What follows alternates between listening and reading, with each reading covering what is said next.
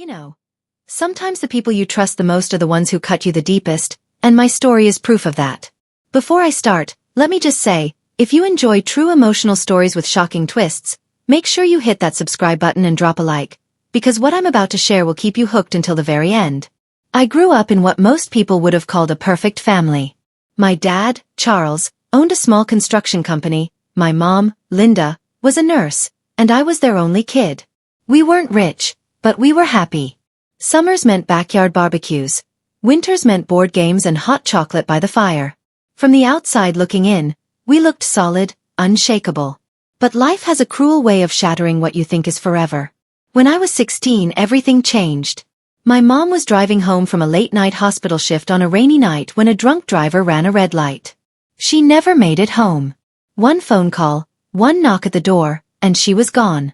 I'll never forget the sound my dad made when the police told him. It wasn't just crying. It was the sound of a man whose heart had been ripped in half. From that moment, he was never the same. He stopped shaving, stopped eating, stopped living. I'd hear him sobbing behind his bedroom door, whispering Mom's name over and over. I tried to hold things together. I cooked frozen dinners, did the laundry, even took a part-time job to help with bills.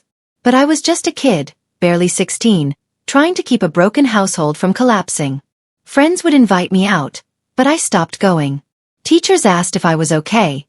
But what could I say? That my whole world had collapsed? That my dad was disappearing in front of my eyes? And that's when she showed up. Her name was Rebecca. She was bright, lively, full of energy.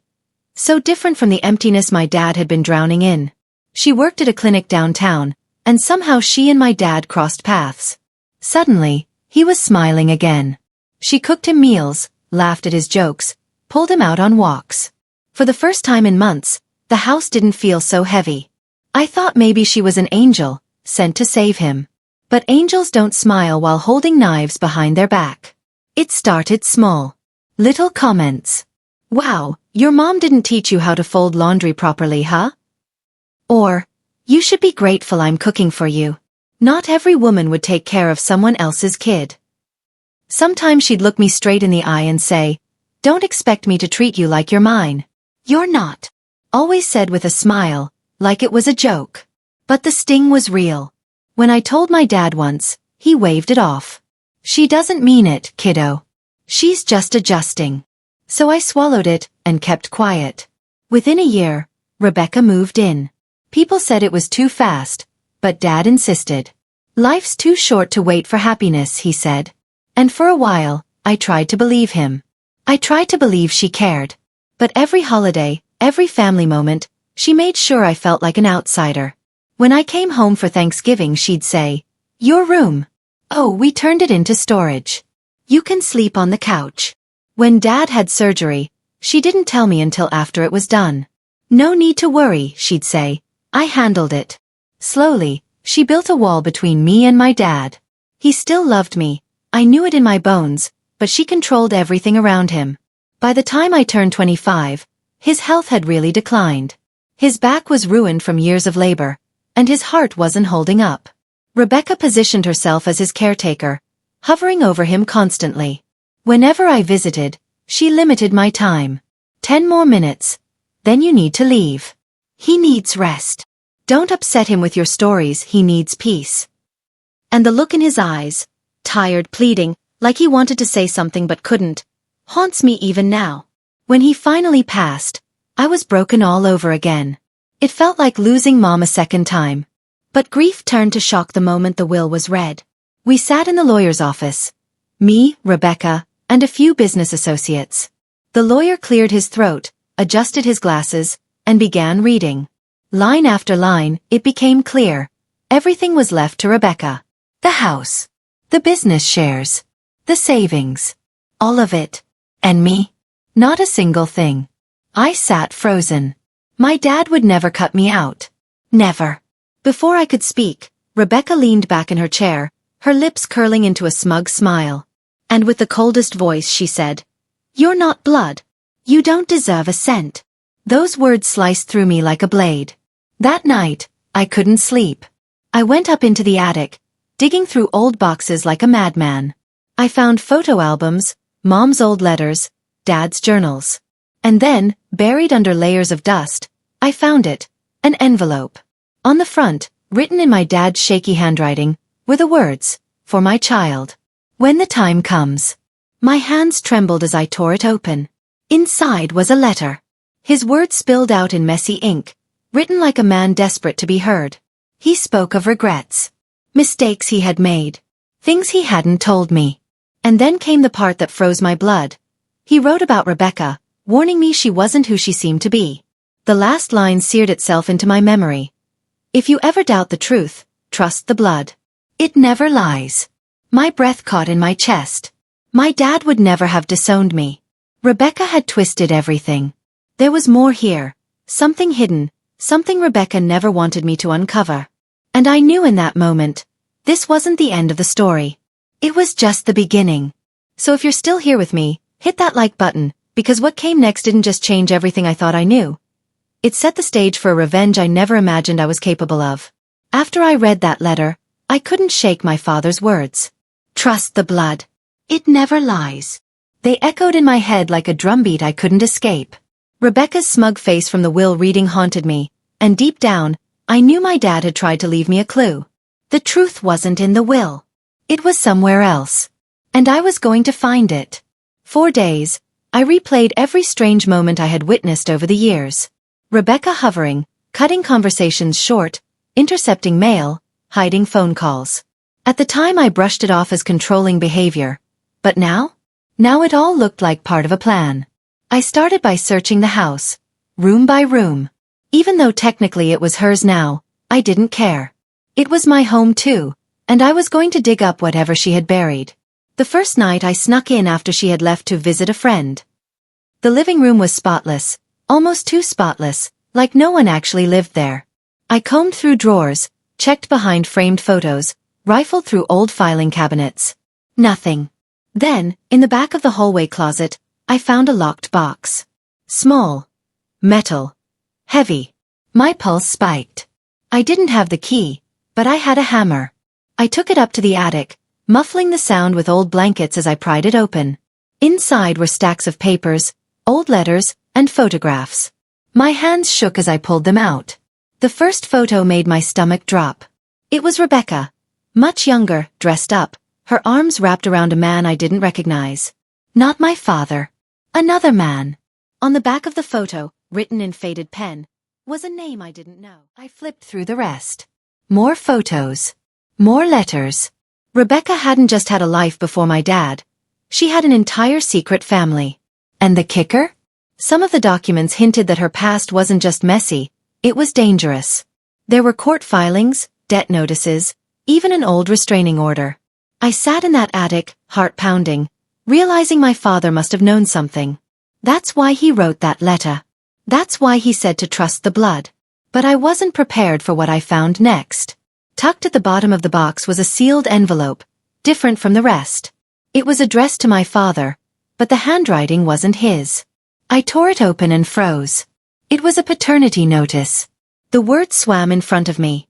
According to the letter, I wasn't just my father's child. I was his only biological heir. Which meant Rebecca's entire claim about me, not being blood, was a lie. A calculated, deliberate lie to cut me out of everything. My head spun. All the late-night hushed conversations, the way she controlled access to my dad, the way she insisted on being present whenever he signed documents, it all clicked. She hadn't just manipulated him. She had rewritten everything. I couldn't keep this to myself. I had to know how deep it went. The next day, I went to the lawyer's office and asked to see the original copy of the will. The secretary looked uncomfortable but eventually handed it over. As I scanned it, something caught my eye, the signature. It didn't look right. The loops were wrong, the letters shaky in ways my dad's hand had never been. I asked if it had been notarized. The lawyer admitted Rebecca had arranged it, insisting my dad was too sick to leave the house. My blood boiled. It wasn't just manipulation. It was forgery. I walked out of that office with my hands shaking and my jaw clenched. I wanted to storm straight to Rebecca and scream in her face. But then I remembered my father's letter again. When you doubt the truth, trust the blood. He hadn't wanted me to rush. He'd wanted me to be smart. So instead of confronting her, I started watching. I followed her one evening when she said she was going to visit her sister. She didn't go to her sister's house. She drove across town to a hotel. I parked 2 rows away and waited. An hour passed, then 2, until finally she walked out. Her arm linked with another man's. He kissed her right there in the parking lot, and she smiled like a teenager in love. My stomach twisted. While my dad was sick in bed, while she played the grieving caretaker, she was sneaking off to another man. My hands gripped the steering wheel so tight I thought it might crack. But I didn't confront her. Not yet. I needed more. I dug deeper into her phone records. A friend of mine from college worked at a cell company and owed me a favor. What he found made my blood run cold. Dozens of calls to that man. Hours of conversations. Some while my father was in the hospital. Some on the very day he died. Piece by piece, the betrayal became clear. Rebecca wasn't just a cruel stepmom.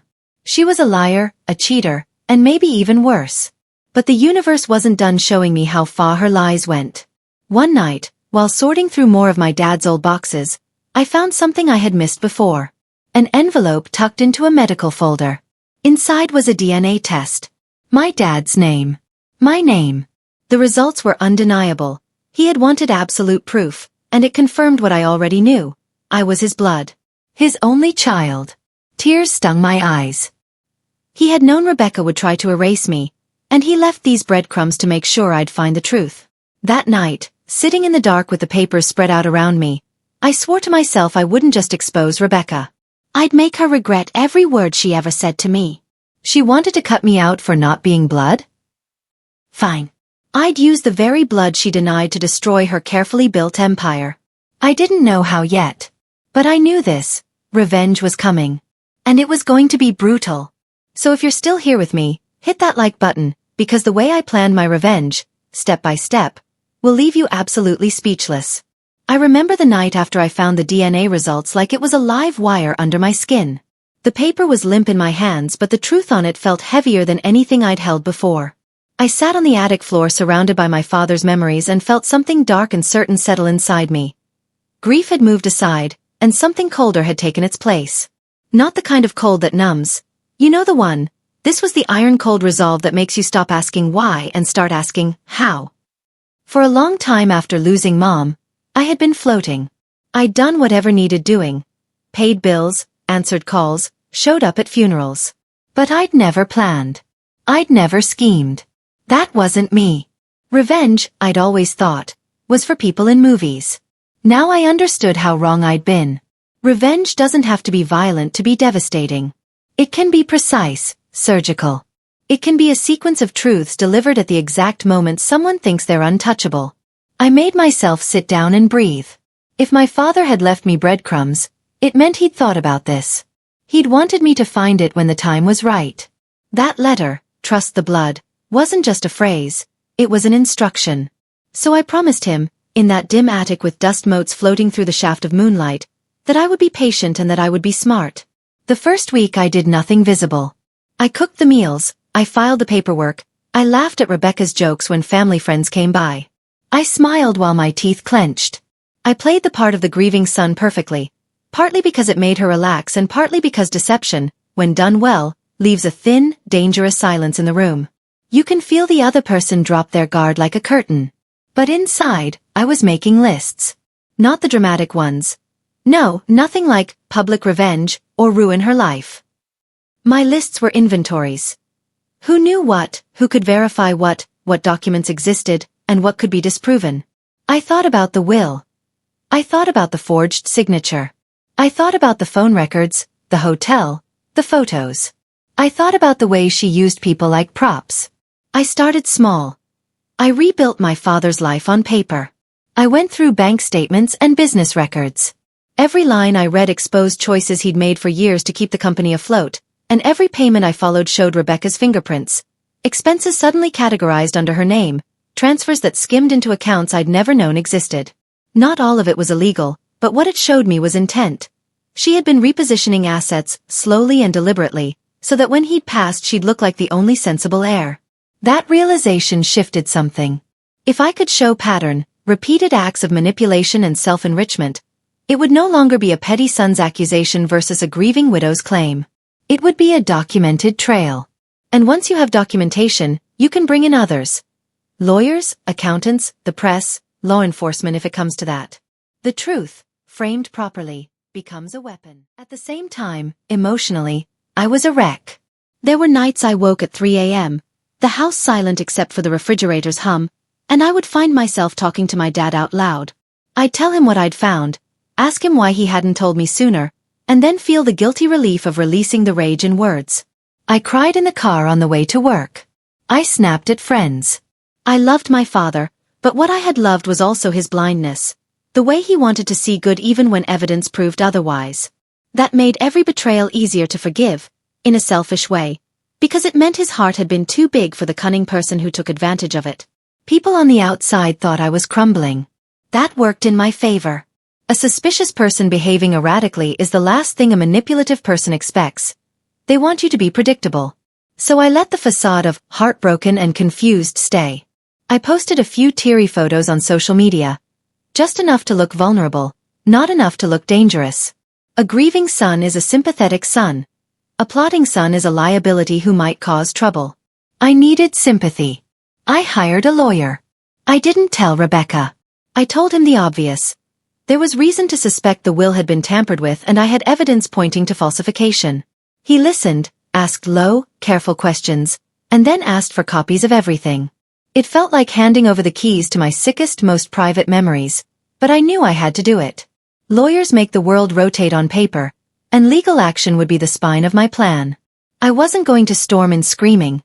I was going to structure this like a case. While the lawyer worked on the will, I worked on people. I reached out to friends my father had kept at a distance. An old foreman, an accountant who used to manage payroll, a woman who'd been part of my mother's knitting club. They were surprised to hear from me, but they were willing to help because we all loved my dad. One by one, they told me exactly what I needed to hear. Rebecca had been unusually involved when it came to decision-making. She'd been listed on multiple accounts. She'd been the point of contact for vendors that had once been my father's relationships. This wasn't hearsay anymore. It was corroborated. Even so, I knew facts alone wouldn't be enough. Rebecca was charming in public. She had cultivated a network of friends who would take her side in a heartbeat because she'd been generous at garden parties and warm at dinners. She had cultivated an image, and images can be stubborn. So the truth had to be told in a way that unraveled that image. The way a slow leak deflates an inflated balloon. It had to be orchestrated to look inevitable, like a house of cards finally giving way under its own weight. I also had to protect myself. I kept records of our conversations. I recorded, with consent where required, any verbal promises I could get. I made copies of everything and left them with people I trusted. My father had taught me to keep receipts. His habit saved me. It's funny how practical advice from someone you love can become armor later on. Through my research, I discovered something else about Rebecca that changed the stakes. She had a pattern of getting close to men with assets and then pushing them aside once she had access. A petty criminal? Maybe not. But definitely a pattern of emotional predation and financial opportunism. One of the people she'd hurt was a woman in a neighboring town who lost a small inheritance after Rebecca inserted herself into the elder's life. The woman was furious, but too ashamed to go public. I found her and listened while she sobbed and said, "I should have done more." She didn't have to do more. I did. It was around that time that I started to plan the optics. If this was going to play out on a public stage, if I had to walk into court and lay out the case against her, I needed witnesses who could speak to her character, and I needed the documents to be airtight. I also began to think about timing. If I accused her too soon, she'd have time to bury evidence. If I waited too long, she could start legal moves to freeze accounts and lock me out entirely. There was a small window. There always is. Emotionally, I vacillated. Some days I wanted to confront her, to throw the paternity test down in front of her and watch her crumble. Other days I wanted to strangle the life out of her.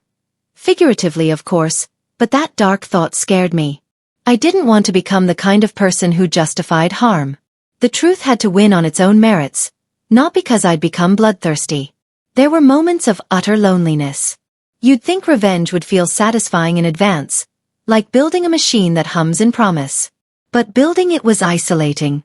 Friends I told were kind but distant. They'd say, "Be careful," and then change the subject. My romantic life evaporated. How could I let someone in when my inner life was a courtroom? I started to write. Not public posts, not angry messages, but a ledger of thoughts and a timeline of interactions. It kept me sane. It also helped me see patterns I'd missed. And then, in a late-night email thread with my lawyer, a new possibility opened up. There had been an audit request flagged by the state a few years back, something my dad's company had been able to handle quietly.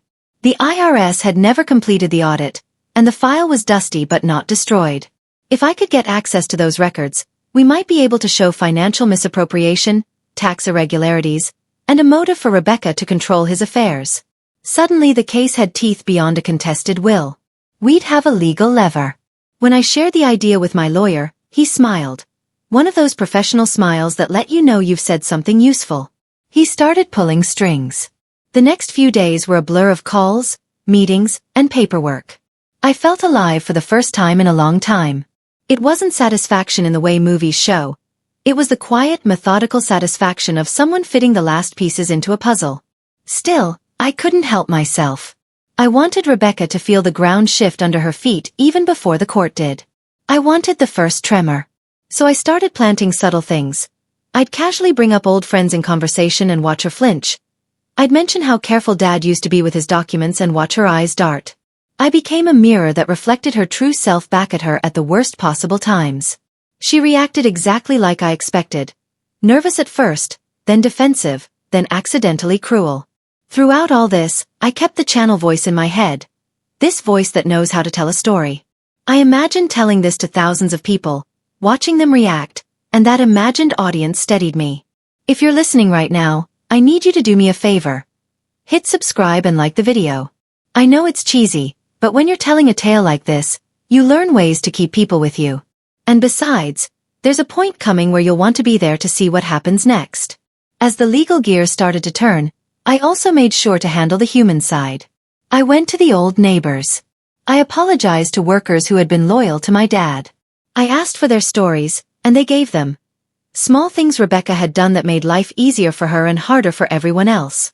I kept notes, names, dates. I fed my lawyer everything, and he fed back ideas. Request subpoenas, freeze suspicious accounts, get forensic accountants involved. Each suggestion felt like a step closer to righting what had been done. But the part of me that planned revenge also knew the danger of hubris. You can't attack a spider blindly. You have to understand its web.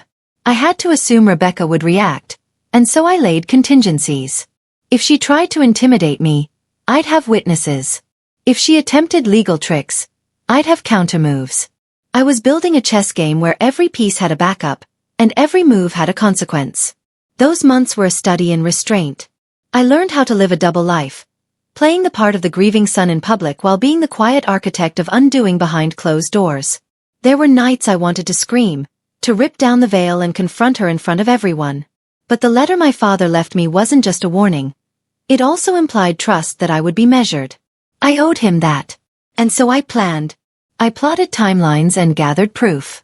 I made allies. I let patience work while I prepared the reveal. There was a perverse joy in that. Clean, clear, and controlled. The kind of joy that comes from knowing that when the moment arrives, the truth won't just land. It will obliterate the lies that had been carefully constructed. When I finally felt the plan was ready, when the documents, witnesses, and legal motions all aligned, I felt the tremor in my chest again. Not fear, not exactly. A heavy, expectant weight, like the breath held just before a storm breaks. I knew what I was about to do would change lives. I knew it would shatter things irreparably. But I also knew it would restore what was right. If you're hearing this and your skin is pricked with anticipation, good. Because the next part is where I stop being the patient conspirator and start pulling the strings. The stage is set. The players are in position. And the curtain, when it finally drops, is going to reveal more than just a will gone wrong. The stage was set. The pieces were aligned. The quiet satisfaction of planning had given way to a ferocious humming energy inside me, like a coiled spring waiting for a release. I told myself 1,000 times that I wouldn't become the kind of person who took pleasure in another's ruin. But there's a difference between pleasure and necessity. Rebecca had stolen my father's life, smeared his name, and erased me. I owed him not only my grief but my courage. I started with the paperwork. The lawyer I'd hired moved fast and quietly. He filed motions to contest the will on grounds of forgery and undue influence. He subpoenaed bank records, business ledgers, and the notarized documents surrounding the will. At the same time, I had a forensic accountant comb through every line of the company's books. I wanted a paper trail so bright no one could blink and miss it. As the legal engine warmed up, I worked on the human parts of the plan. I reached out to people who'd been quietly trampled by Rebecca over the years, vendors who'd been cut out, an elderly neighbor who'd lost friends to her charm, a woman in a neighboring town whose elderly mother's savings had been siphoned away after Rebecca moved into her life like a guest who never left. I asked them to tell me everything, and I recorded it all. Their voices, raw and tired, became the chorus to my case. I didn't coerce them. I listened. That's an important distinction because when you give someone a chance to be heard, their anger becomes ammunition in the most righteous way. None of it was glamorous. There were long waits in dingy municipal offices, copies and notarizations, and lawyers who spoke in slow, safe phrases. There were nights I dreamed of standing in the courtroom and watching Rebecca's carefully cultivated smile crack. But dreams are not strategy. Strategy is paperwork, patience, and the willingness to let the law do the heavy lifting. Then I tightened the social noose. Rebecca's public image was everything. She'd invested years in being the perfect hostess, the empathetic caregiver, the woman with the warm laugh and regretful eyes. To dismantle that, I needed to show the pattern without being the angry son shouting on a street corner. So I brought in a journalist, quiet, skeptical, and good at unraveling comfortable narratives. I didn't go national. I started local, because regionally personal stories hit harder. The journalist listened, asked 100 kind but piercing questions, and then asked if she could meet some of the people I'd spoken to. We arranged meetings with discretion. I didn't want her to see me as a vendetta-driven son. I wanted her to see the truth through the eyes of others. The woman whose mother had lost her life savings sat across from the reporter and trembled as she described Rebecca's slow, sweet infiltration.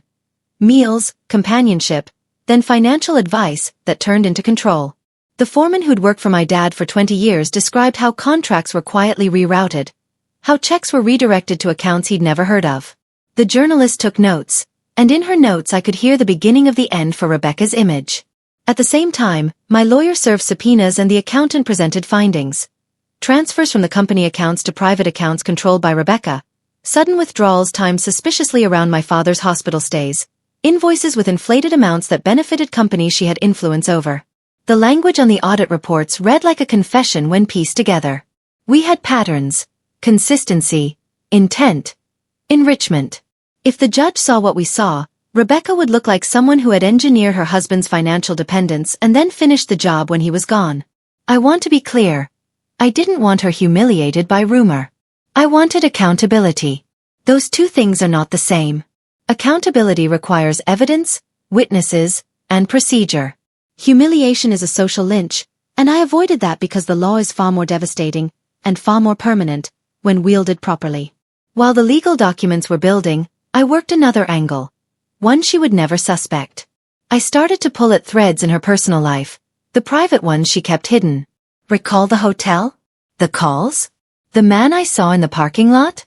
I had his name now, and he was a small-time entrepreneur with a reputation for loose ethics. He'd never be comfortable in a courtroom, but he would be terrified of exposure. I began nudging him, friendly, subtle reminders of what he'd been doing while my father was in bed, the risk of being tied to an inheritance scandal. I didn't threaten him. I made him understand that his safety lay in being useful. He became useful. He gave small confirmations, texts, receipts, photographs, that placed him with Rebecca at times she'd insisted she was elsewhere. Not enough to convict anyone of anything on their own, but when combined with the other evidence they became cogs in a machine. It's a gruesome metaphor, but effective. A chain is only as strong as its weakest link, and we were gradually exposing all the weak links. Around this time, Rebecca started to get nervous. Little things changed. She stopped hosting the neighborhood dinners that had been her bread and butter. She avoided the grocery store where neighbors had once greeted her warmly. Her smiles, once effortless, became smaller. I watched from a distance, always careful to appear vulnerable, docile, a man still raw from loss. Her guard dropped sometimes, and in those moments she let details slip. Oh, you know how banks are. and I made sure to file those slippages away. I'll never forget the day the lawyer called me and said the motion to freeze certain accounts had been granted. It felt like a small victory, but even small victories are heavy with consequence. Rebecca received notice. She was livid, but she didn't lash out publicly. Instead, she retreated into damage control. Attorneys, statements, a flurry of social calls to hold on to every possible ally. But she was playing defense now, and defenders rarely go on the attack. That same week, the journalist reached out with something I hadn't expected. Several of Rebecca's old acquaintances were willing to be on the record. They painted a portrait that matched the paper trail. Someone who sought proximity to men with assets and then made choices that enriched herself at their expense. The article ran quietly in the local paper, 3 paragraphs on page 5. Nothing sensational, but enough to make a ripple. People whispered. The ripple became a wave. I planned the most sensitive part of the operation with surgical care. I needed, the moment when everything converged. The frozen accounts, the forensic accountant's report, eyewitness testimonies, and a public reveal that would make the truth undeniable. We scheduled a hearing to contest the will. I remember pacing the house the night before, papers spread like a map. I read the testimony, the affidavits, and the accountant's analysis until my eyes burned. Everything had to be aligned. When the day came, the courtroom felt like a different world. The air was dry and the oak smell of the furniture mixed with the faint powdery scent of people nervous in their Sunday best. Rebecca sat in the front row, immaculate, her face a mask that almost worked. Almost. She had brought a small army of glossy friends and a high-priced attorney, whose suit looked as if it could argue for its own integrity. I took the stand. I told the judge, simply and calmly, about the letter I'd found in the attic, about my father's handwriting, about the DNA test tucked into a medical folder. I let the lawyer lead with the forensics. The altered signatures, the timing of transfers, the pattern of interference. One by one, witnesses took the stand. The foreman described calls redirected to a different bank. The elderly neighbor described how Rebecca would come over with casseroles and then insist on helping with paperwork until she had access. The journalist provided context about Rebecca's pattern with other vulnerable people. There was a moment mid-testimony, when Rebecca's eyes locked on mine. For a second, she wasn't the composed widow but a woman who had been caught mid-act. I felt no hatred in that gaze, only calculation, as if she was measuring the cost of an improvised move. But the judge, visible only to the courtroom, had the demeanor of someone who'd seen many such stories and waited, like an umpire, for the facts to present themselves. After the hearing, the judge ruled preliminary in our favor, sufficient evidence to suspect forgery and undue influence. The will was declared temporarily invalid pending further investigation. Rebecca's face went from composed to pale. She left the courtroom in a blur of lipstick and apologies, but the armor was gone. She was, for the first time in years, exposed. We weren't done. The civil side had been a victory, but there were other venues where justice could fester and turn. The court of public opinion and the business world. I turned my attention to the company. With the will contested, my lawyer pushed for a temporary management oversight. The board, some loyal to my dad, some dubious, reluctantly agreed to an audit. The forensic accountant's report dropped like a bomb. Misappropriations, suspicious transfers, and conflicts of interest bloomed across pages of ledgers. The bank put a hold on certain operations. Vendors who had once whispered about Rebecca now demanded answers. The company's board moved to remove her influence, and I was appointed temporary administrator to steady the sinking ship. That was another kind of revenge. Restoration rather than destruction. I reopened old contracts, re-established relationships with vendors, and started putting the company back on its feet. It felt strange, restorative work after months of carnivalesque plotting. Fixing what she'd broken was, in its own way, a deeper satisfaction than watching her fall. But the most human blow came in a different place entirely. Remember the man from the hotel? He'd started to panic as the net closed.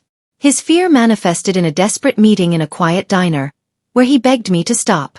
He offered to do anything, apologize in public, sign a retraction, anything to make this go away. I listened. Then, very calmly, I asked one question. Do you have proof of Rebecca's promises to you? Anything that shows she benefited directly from the things she did? He fumbled a little phone from his jacket, a folder of messages and a few grainy photos. Enough now, when paired with the legal evidence, to make a narrative airtight. I published a short, factual timeline, to the paper and to the lawyer's channel, detailing the evidence. No sensationalist language, no bitter attacks. Just documents, dates, and corroboration. People read it, and whispers turned to firm conversations in neighborhood cafes. Friends who had once promised to stand by her started calling her to ask hard questions.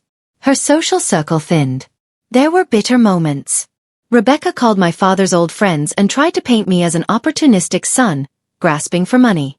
It stung, her words, the way she tried to flip the moral lens. But people saw the documents. People saw the audit. The truth is heavy. Lies require oxygen. Once you cut the air supply, the falsehoods suffocate.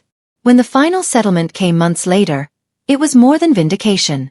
The company was no longer under her control. Assets were returned.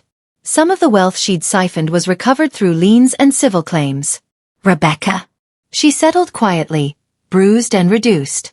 She kept the home in some narrow arrangement, but the power to harm, financial, social, was gone. The man at the center of the affair vanished from town. He sent a letter of apology, retracted, then vanished. There was no giddy moment of triumph. No theatrical, "I told you so," shouted over coffee. Revenge, properly executed, is often unspectacular. It's paperwork, patience, and the company of those who will stand with you. It's also messy. Some relationships that had cozy attachments to the past were irreparably broken. My father's company weathered the storm, but somewhere along the way, people left, tired of drama. I mourned that too. And yet, in the quiet that followed, I felt something else. Relief. Not the hollow kind, but a deep-rooted peace. I had honored my father's last instruction and in doing so, reclaimed a story that wasn't just about money or revenge. It was about truth. It was about a son refusing to let his father's name be rewritten by someone who cared nothing for either of them. If you're still listening, and if this story has gripped you, please do me a favor. Hit that like button, subscribe, and ring the bell. There are more twists coming in how the fallout played out for everyone involved. And you won't want to miss the last part where the dust settles and the lessons remain. Trust me, the final moments, the aftermath and what I learned, are something I wish I'd been handed in a tidy envelope like the one my dad left me. But life doesn't give tidy lessons. It gives scars, and if you're lucky, some wisdom with them. The courtroom dust had barely settled when a different kind of silence moved into my life. The kind that follows storms, when you walk through the wreckage and count what's left. People expect endings to be loud. Triumphant music, gavel slams, tears and confetti. Real life isn't a movie. The end was quieter. Papers shuffled. Phones stopped vibrating. The company hummed back to life like a machine that had been repaired one careful bolt at a time. Rebecca left town a few months after the settlement.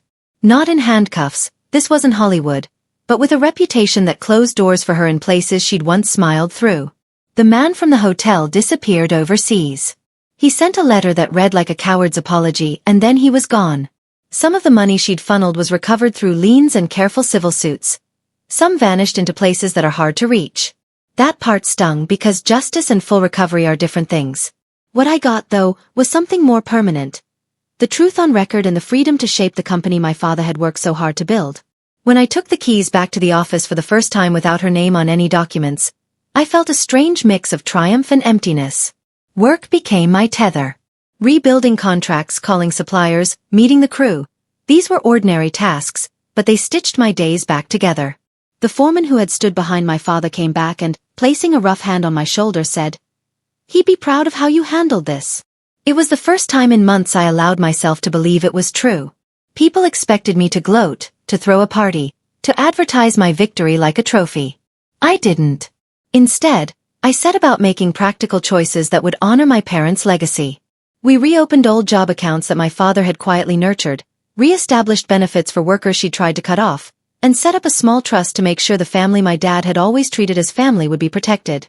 I learned fast that revenge without repair leaves a hollow space. The repairs, fixing payroll mistakes, apologizing to suppliers, clearing debts, were slow medicine, but they mattered more than the headlines ever could.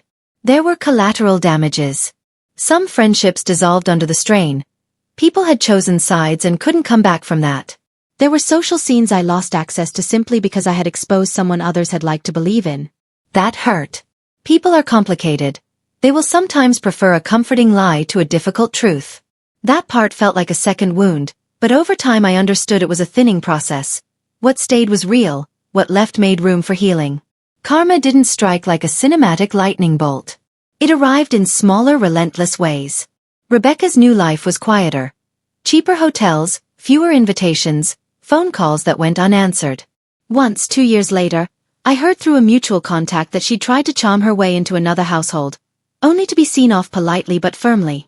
Those little defeats were not mine to celebrate, but I felt them like the final exhalations of a storm past. Truth, when allowed to breathe, tends to find its way back toward the light. The hardest part was the internal work. I had wanted revenge, but what I needed most was peace. I realized revenge had been a bridge between grief and restoration, not the destination. The day I stopped sleeping with one eye open, the day I could watch the sunrise without thinking of dollar signs or schemes, that's when I knew the end had arrived. I started going to my father's grave not in rage, but in conversation. I'd tell him about small victories. How the company had finished a big municipal contract, how the crew had laughed when someone told an old joke Dad used to love. I'd apologize for the fights I'd had with people I cared about and promise I would try to be someone better. There was a moment months after everything had settled, when I opened an old shoebox and found my mother's wristwatch. Her clumsy, battered watch she always forgot to take off when doing dishes. It belonged to her life. A life that had been stolen by a drunk driver years ago and complicated by the crueler theft of lies later on. I kept the watch. I started a small annual scholarship in both their names for kids from our neighborhood who wanted to study trades. Plumbing, carpentry, electrical work. Because that's what my dad was. A builder, and builders leave things that last. I learned practical lessons that courts can't teach. Be meticulous. Keep the receipts. Keep backups. Don't let charm be a substitute for accountability.